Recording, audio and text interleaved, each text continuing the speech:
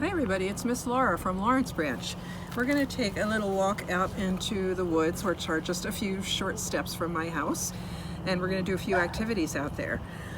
It's a gorgeous day. I've been wanting to do this outside, and just a few tips that I want to mention before you go out in the woods. Bring some things with you for safety. Always know what the weather is going to be like if you're going to be stepping any length of distance. You're not, you want to make sure you're not going to have a thunderstorm or something like that. So we know the weather's going to be clear today.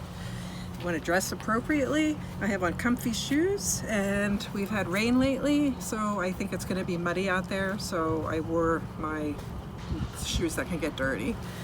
And I've got a nice warm shirt on today, but I'm going to also wear another layer that I can take off. I'm pretty sure that once I start moving out there, I'm going to get too hot, but I always recommend that you have extra layers in case something happens and it gets chilly.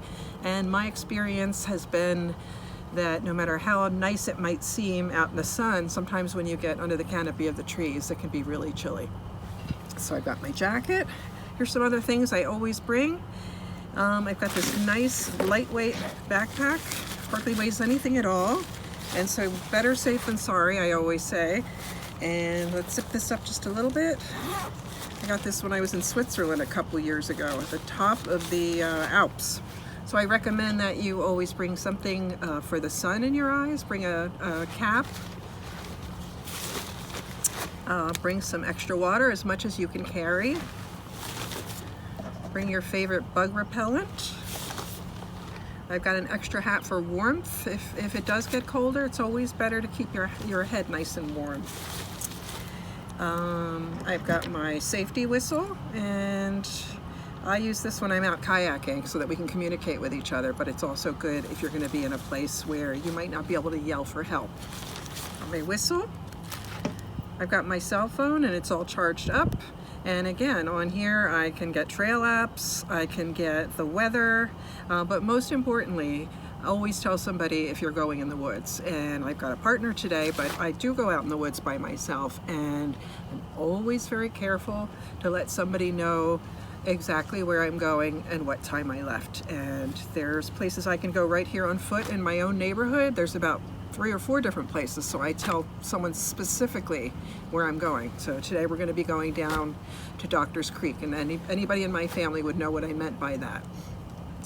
So always, and obviously, always tell a big person and get permission. And if you're too young, you can't go out by yourself. Don't go out in the woods by yourself. So here's my cell phone. Again, it's all charged up. Got my sunglasses, probably going to need those. Let's put them right on my head. And I've got a flashlight. It's the middle of the day right now. It's 4:30. Well, actually, it's late afternoon. And I always bring a flashlight just in case I want to see under something or inside of something. But most importantly, if I'm out there unpredictably after dark, it's good to have light for safety. And of course, you have a flashlight on your phone too. I don't think we're going to need this today, but I always recommend bringing some sunblock, and I have little tiny ones that I use for when I travel. So I would never bring this big giant thing, but you get the idea. I like to poke around in the woods. I like to see under things. I like to dig for things and collect. So I always bring my work gloves. These are not what I would wear for fashion, but they're terrific for if I have to touch things with splinters, things like that. And got my handy tool, and if you're allowed to use one of these, you want to bring it. You never know. We've had certain instances where something like this has really come in handy for us. I always bring a snack. It's not too much, and I've just eaten. We just had pizza, but I always want to make sure I have a snack in case I'm out in the woods longer than I think, or if something happens. And so I've got crackers, I've got meat sticks, I've got nuts. Almonds are my favorite to bring. They stay really nicely. And then I always bring something sugary, either some chewy candy. In this case, I've got a nice Rice Krispie treat. And notice I've got it in a Ziploc bag. We don't want to leave any trash out in the woods. We want to take everything out that we bring in. And sometimes I'll even pack an extra bag or two in case I find something interesting that I want to bring home with me. And you see I've got a napkin in here that can double as toilet paper if you need it. Enough said about that. And I've got hand sanitizer. Well, that's important in case we're not really going to be near any water.